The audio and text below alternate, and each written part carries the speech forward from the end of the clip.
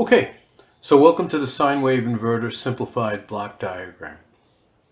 We have basically 5 elements here that we're going to go through.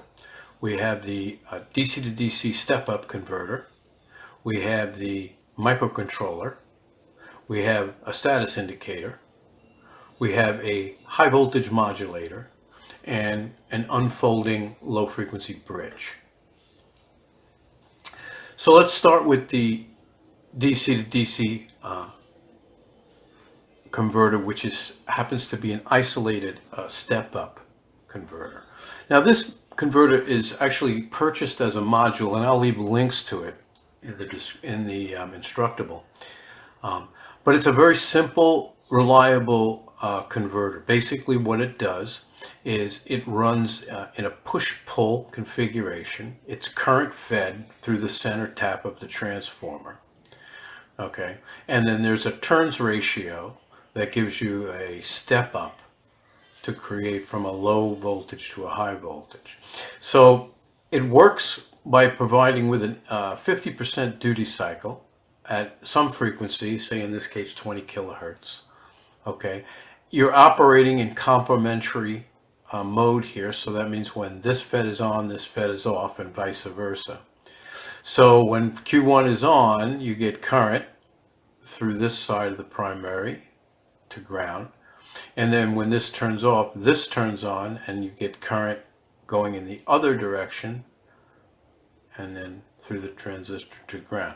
So you end up with a output here that will go to plus high voltage level, whatever the turns ratio is, to the negative high voltage level.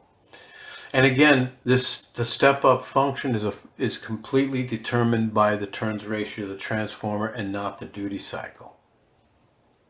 Okay, so then this high voltage AC signal is then rectified with this bridge rectifier and then filtered with this capacitor. So what you end up with is a steady high voltage at this node. Okay, now let's look at the microcontroller. So the microcontroller, first and foremost, in the setup function of the code, it's going to generate a half sine function, which is going to create an array of stored values. And the stored values is going to be these, the number of samples or the number of elements in the array, and then the amplitude of that element, from 0 to say 255, okay, for 8 bits, okay?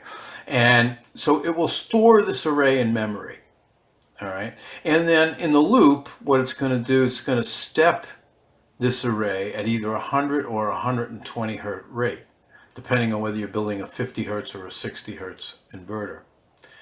Okay, it's also going to provide a synchronized 50 or 60 hertz square wave output that is going to be in sync with these half sines, okay? And it's going to provide for a method of voltage regulation. It's going to sense the current and shut down if the current goes over a threshold. And it's going to provide a visual indication of how the unit is doing with the status indicator, by LED, red, green. Red for fault, green for normal in voltage regulation and normal mode, and then a blink, a green-red blink if it's out of regulation, and then a steady red if it's overcurrent and faulted. Okay, the third element here is the high voltage modulator. Now again, this is just a DC to DC converter. It's taking this high voltage level that appears at the drain. There are 2 MOSFETs in series. These MOSFETs are driven complementary, okay?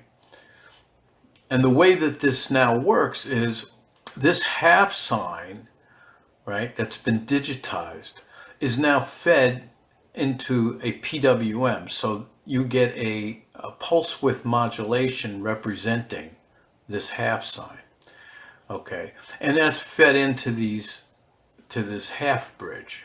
So when the pulse is high, this MOSFET driver is high, which means this FET is on. And because it's complementary, this FET is off. And then vice versa, when this pulse goes low, right, this FET turns on because it's inverted, and then this FET is off. So what you end up with, you get the same pulse width modulation that you're feeding in, which is based on this modulation, only you're getting it out at 0 to whatever high voltage is appearing at the drain. So you've converted your low voltage PWM signal into a high voltage modulated PWM signal. And then there's a low pass filter that's made up of this inductor and capacitor, right, which strips out the high frequency component and just leaves you the modulation. So you get a 0 to high voltage back to 0 again, half sine, running at either 100 or 120 hertz rate. We then take a piece of this through this voltage divider, and that goes to the analog input of the microcontroller as a means to do voltage regulation. And we come out of this high voltage modulator into the low frequency unfolding bridge, and I covered this pretty much in my solar inverter, but we'll go through it real quickly here again. So you have a square wave that comes in, okay, and when the square wave is high, okay, this MOSFET is conducting, and because it's complementary, this is off, okay, and then again, this is high, but we have another inverter here, so that becomes low, okay, and again, because this is low, so this is off, but it's complementary, so this is on. So Q1 and Q2 here, these two here are on, okay, so you get current in this direction, okay, through the load, okay, which provides for an output sine, half sine like this. Then on the other part of the cycle, it's the exact opposite, okay, so this is off, this is on, and then this is on, and this is off. So again, on the second half cycle, it's now going and flowing the opposite direction through the load. So it allows you to get a negative half sine. So that is now doing your AC conversion.